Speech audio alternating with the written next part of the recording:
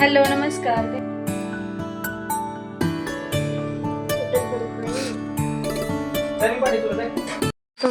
त्वमेव सर्वं मम देवदेव कायेन वाचा कृत्यात्मना वा प्रकृतिस्वभाव करोमि यज्ञं सकलपरस्मै नारायणाय समर्पयामि अच्युतं केशवं रामनारायणं कृष्णदामोदरं वासुदेवं श्रीधरं माधवं गोपिकावल्लभं जानकीनायकं रामचन्द्रं हरे राम राम राम हरे हरे हरे कृष्णा कृष्णा कृष्णा.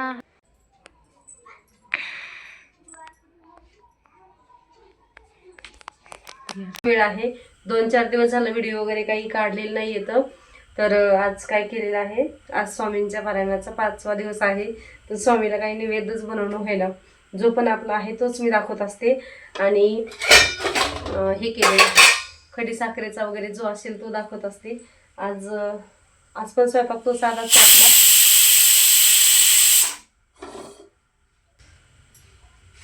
कारले हे सकाळी मी धुवून ठेवले होते आणि ह्याला मीठ लावून ठेवलं होतं. मीठ लावून वगैरे ठेवलं ना तर मग ह्याचा कडूपणा जो आहे तो निघून जातो.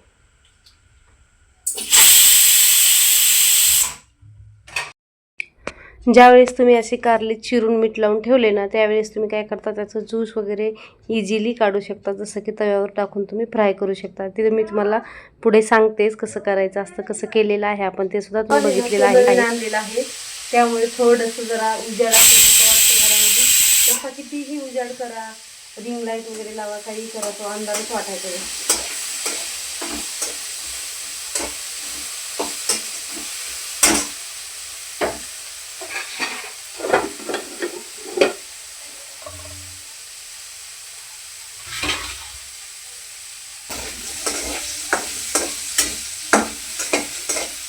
ज्यावेळेस आपण असे हलवतो, ज्यावेळेस आपण असं तेल वगैरे घेतो ना त्यावेळेस आपण सगळं करतो, पण ही पळी ठेवायची मात्र आपल्याला पंचायतच होते. त्यासाठी असं जवळ एखादं प्लेट घ्यायचं आणि त्यावर हे असं ठेवून द्यायचं. ते प्लेट पण व्यवस्थित बाजूला राहतं आणि आपला गॅस पण जास्त भरत नाही वगैरे. तर चला कणिक मळून घेते थोडीशी.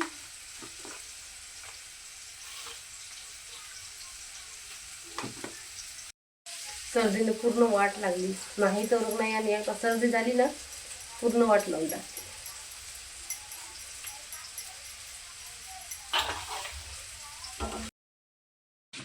बसून पहिल्या स्त्रिया ज्या आहेत त्या बसून कणिक मळायच्या. मला दोन्ही जमतं, बसूनही जमतं आणि उभ्यानं सुद्धा म्हणजे किचनजवळ उभा राहून सुद्धा मला कणिक मळता येते.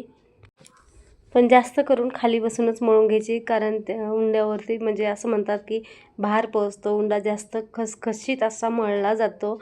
आणि पण इथं काय करायचं ना, आता गॅस आपण वरती ठेवलेला असतो त्यामुळे गॅसवर काहीतरी करत करत आपल्याला ती दुसरं पण काम आपल्याला करायचं असतं. कारल्याला तेल खूप जास्त लागतं.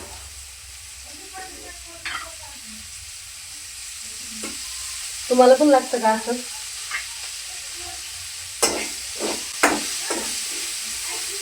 मला माझ्या सासूबाईची सवय लागलेली आहे. आईला मात्र कमी तेलामध्ये कारलं करता येतं, मला नाही जमत कमी तेलामध्ये.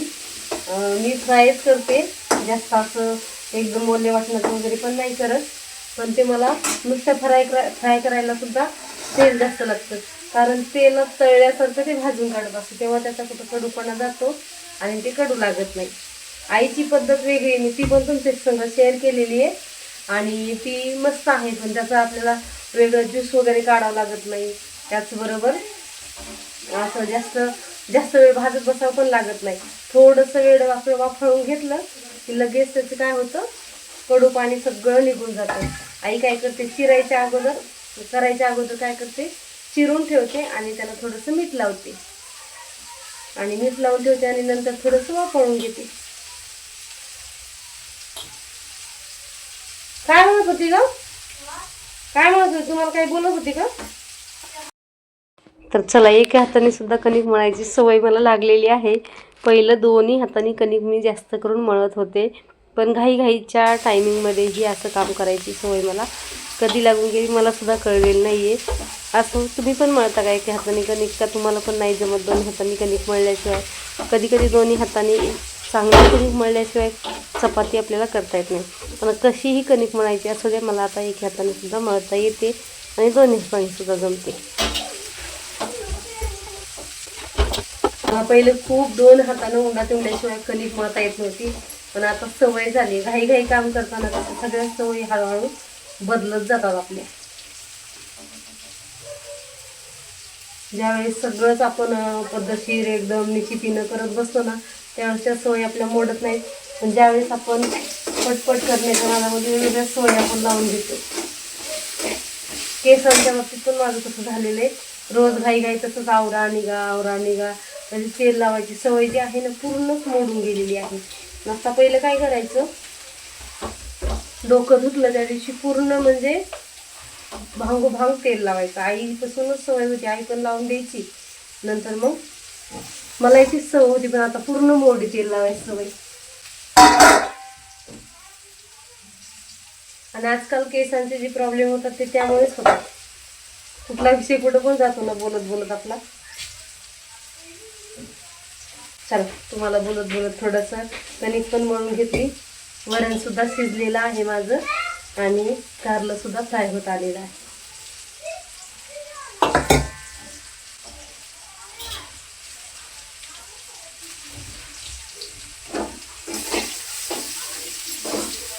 आपल्या बायकांची सवय, जास्त झालं की आपल्यालाच खायला लागतं, कमी झालं की आपल्याला चिंता पडते. त्यासाठी सगळं मोजमाप करूच करावं लागतं आपल्याला. आणि जास्त मोजमाप करून पण नाही जमत आपल्याला. थोडंसं एक्स्ट्रा पण पाहिजे स्वयंपाक घरी. पहिल्या बायका नेहमी म्हणायच्या, एखाद माणूस एक्स्ट्रा जेवलं पाहिजे असं आपल्या घरी स्वयंपाक असावा. कारण अचानक कोणी येतं, दारात कुत्रं येतं, कधी गाय येते, कधी कोणी अचानक दारावून जात. पहिला जसं दारावून जरी गेलं, आमचं घर रस्त्याला होतं, दारावून जरी गेलं ना तरी पण म्हणायचं करा जेवण. आजकाल कोणी जवळ जेवण असलं तरी पटकन म्हणत नाही जेवण करा म्हणून. सगळ्या सवयी बदलल्यात आता. माणसं तीच, पण वेळेनुसार सगळेच बदलतात. हे बघा, फ्राय केलेलं कारलं ह्याच्या पद्धतीने केलेलं.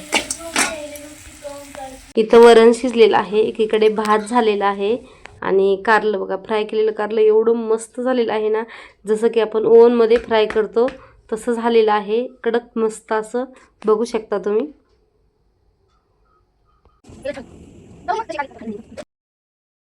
चला, कारलं केलेल्या कढईमध्ये कारलं काढून घेतलेलं आहे आणि त्याच कढईमध्ये तेल टाकून लसूण अद्रकीची पेस्ट टाकलेली आहे आणि चिरलेलं टमाटर घातलेलं आहे. आणि टमाटर थोडंसं सॉफ्ट झालं की त्यामध्ये थोडीशी कोथिंबीर आणि आपला कांदा लसूण मसाला घातलेला आहे. बस मीठ वगैरे टाकलेलं आहे. इथं आपलं साधं फोडणीचं वरण जे आहे ते तयार झालेलं आहे. काय म्हणता आता तुम्ही? एवढी बस साखर टाकते, पट्टी पण टाकते आणि माझी छोटीशी चहाची रेसिपी चमच्याच्या हाताने टाकायची. किती येडी टाकतात. तिखट चहा जरासा प्यावासा वाटतो.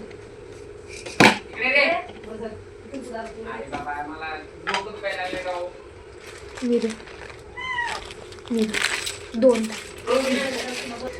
मी एकटी चहा बनवली तरी पण 2 लावून.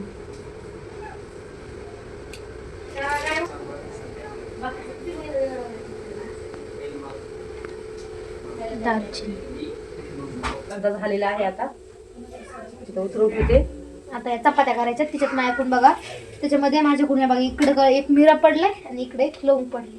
आता वर टाकली चपात्याला झाकून चहा वाढायचा मम्मीला प्यायचा.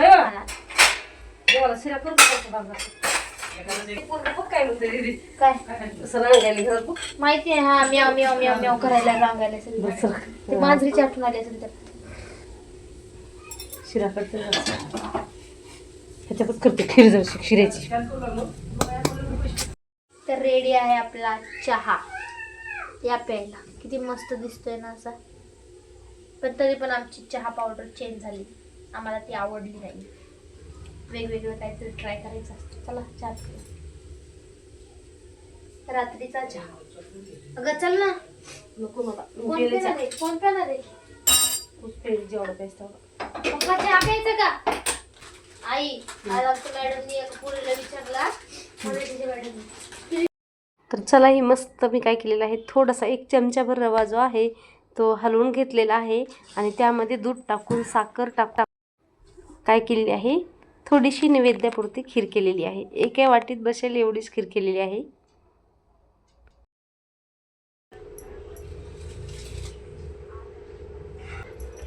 क्या चल रहा है पिलिया? जेवण करायचं का?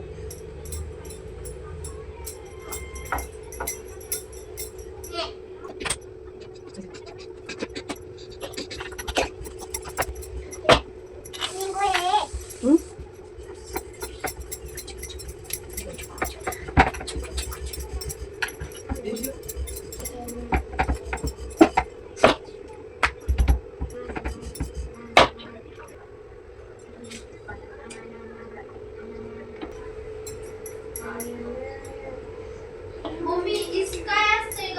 हा इस म्हणजे हा? अरे खाण्याचं गोष्टीमधलं चाललंय.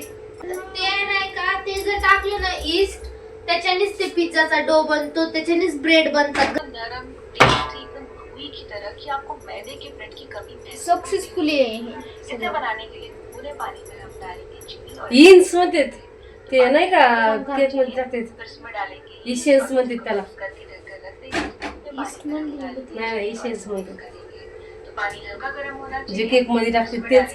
ईस्ट और ईस्ट बघ हे बघ. हाय, हे बघ हे असे ते असते. म्हणताना सणाला इशेन्स असते. इसेन्स नाही ते तीन असं टाकताना काय दिसतंय?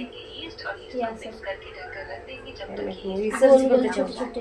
10 से 15 मिनट के लिए रखें. डालेंगे हम उसमें इसका मिक्सचर और और वाटर, 2 टेप्स साथ में शुगर, पानी add active dry yeast, 1 cup add करें. 2 तो जो teaspoon specially cup active dry yeast yeast येते. 240 ml का है, वो भी Waste, आपको waste. ऑनलाइन आपको ये मिल जाएगा. तो इसे मिक्स करेंगे और 3 हाथ से कप शकता का हो? और 40 मिनट 50 मिनट लगेंगे गर्मी के मौसम में. हे बघा ते हे बघ हे पसंत एवढं फुगलं मग तिने बेक करायला ठेवलं. हीट करें और एक इंच सेल्सियस पर 20 मिनट से बेक करें. दोनों रॉड्स ऑन रखिए, गर्मा हो जाए. इसे ढककर पूरी तरह ठंडा होने दें. मेरी तरह ही आप जब ब्रेड थोड़ी सी वार्म हो तब भी जैसी आपकी रेसिपी हो उसमें यूज करें. एंजॉय. अगर आपके पास ड्राई फ्रूट्स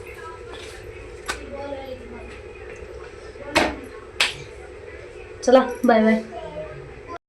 तर चला असा आपला रोजचा दिवस असतो.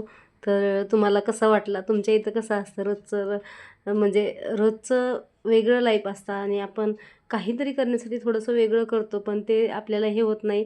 तर चला व्हिडिओ आवडला तर नक्की लाईक करा.